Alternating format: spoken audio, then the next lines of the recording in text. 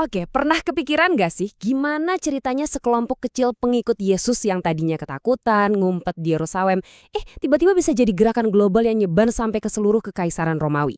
Nah, jawabannya itu ada di satu kitab yang keren banget di Perjanjian Baru. Kitab ini tuh kayak jembatan yang nyambungin kisah Yesus sama lahirnya gereja mula-mula. Yuk kita bedah bareng-bareng kisah para rasul. Coba deh bayangin situasinya. Di akhir kitab-kitab Injil, kan para pengikut Yesus itu lagi pada ngumpet di Yerusalem. Mereka bingung, takut. Ya wajar aja, pemimpin mereka baru aja dieksekusi. Kalau dilihat sekilas, ini kayaknya udah tamat ceritanya. Tapi, coba kita fast forward beberapa puluh tahun. Wih, situasinya beda banget. Tiba-tiba udah ada surat-surat dari Paulus, Petrus, dan yang lain dikirim ke komunitas-komunitas gereja yang hidup dan berkembang di seluruh kekaisaran Romawi. Ada di Yunani, di Roma, di mana-mana. Nah, pertanyaannya, gimana caranya dari kelompok kecil yang terisolasi tadi, kok bisa jadi gerakan internasional sebesar ini? Jawabannya, yaitu tadi, ada di kitab Kisah Para Rasul. Anggap aja kitab ini sebagai jembatan di dalam Alkitab, jembatan yang membawa kita dalam sebuah perjalanan dari ruangan sempit di Yerusalem itu sampai ke pusat kekuasaan dunia saat itu, Roma. Gini deh, di satu sisi kita punya Injil-Injil yang isinya kisah hidup Yesus. Di sisi lain, kita punya surat-surat kiriman yang ditujukan buat gereja-gereja yang udah mapan dan dewasa.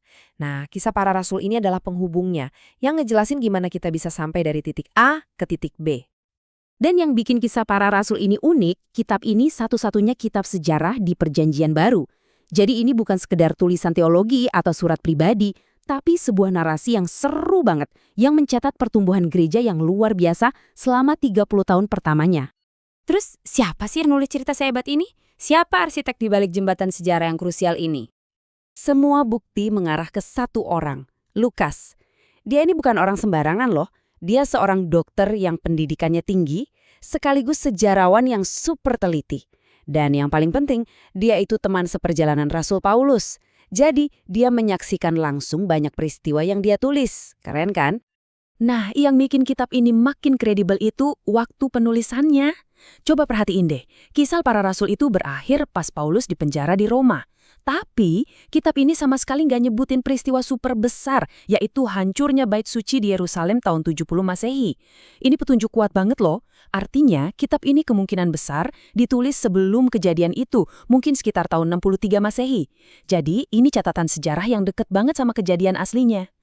Tapi, apa sih yang jadi bahan bakar dari pertumbuhan yang meledak-ledak ini? Lukas sangat jelas, ini bukan karena kehebatan manusia semata.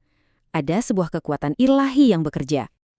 Sebelum Yesus naik ke surga, dia memberikan sebuah janji sekaligus sebuah misi. Nah, semuanya terangkum dalam ayat kunci ini yang akhirnya jadi semacam peta perjalanan untuk seluruh kitab kisah para rasul. Kata Yunani untuk kuasa di ayat tadi itu dunamis. Dari kata inilah kita dapat kata-kata seperti dinamit atau dinamo.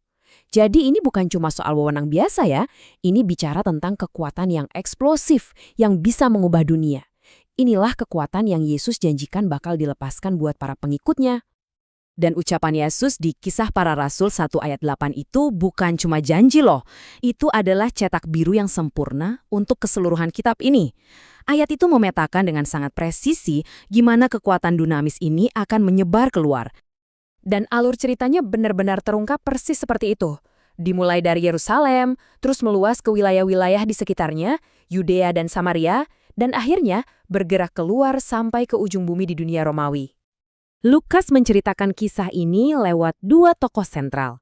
Di paruh pertama, fokusnya ke Petrus, yang memimpin gereja mula-mula di Yerusalem yang isinya orang Yahudi. Terus, di paruh kedua, muncul Paulus, yang secara khusus dipanggil untuk membawa pesan Injil ke orang-orang non-Yahudi. Peran mereka berdua ini melambangkan gimana Injil itu buat semua orang, mendobrak batasan-batasan budaya dan etnis. Oke, jadi apa nih intinya? Apa pesan utama yang mau disampaikan oleh kitab kisah para rasul? Poin utamanya adalah ini. Lukas itu bukan cuma nulis sejarah. Dia sedang membangun sebuah argumen teologis yang kuat. Argumennya adalah tidak ada satu hal pun yang bisa menghentikan penyebaran pesan Injil. Mau itu penganiayaan, perpecahan internal, bahkan penjara sekalipun. pesannya tetap maju. Nah, ini membawa kita ke bagian akhir kitab yang menurut saya jenius sekaligus mengejutkan. Paulus, tokoh utamanya, akhirnya dipenjara di Roma, di jantung kekaisaran. Tapi ironisnya, justru di dalam penjara, dengan tangan terbelenggu, dia malah memberitakan pesannya dengan terus terang dan tanpa rintangan apa-apa. Lukas sengaja banget bikin akhirnya ngegantung. Gak ada putusan pengadilan, gak ada cerita akhir hayat Paulus. Cuma ada satu rasul yang dipenjara, tapi pesannya terus melaju tanpa bisa dihentikan. Seolah-olah Lukas mau bilang ke kita, ceritanya belum selesai loh, bab-bab selanjutnya dari kisah para rasul ini, ya sedang ditulis oleh mereka yang terus ngerusin pesan ini ke seluruh dunia. Bahkan, ya sampai sekarang. Pertanyaan pamungkasnya buat kita, apa peran kita dalam cerita yang terus berlanjut ini?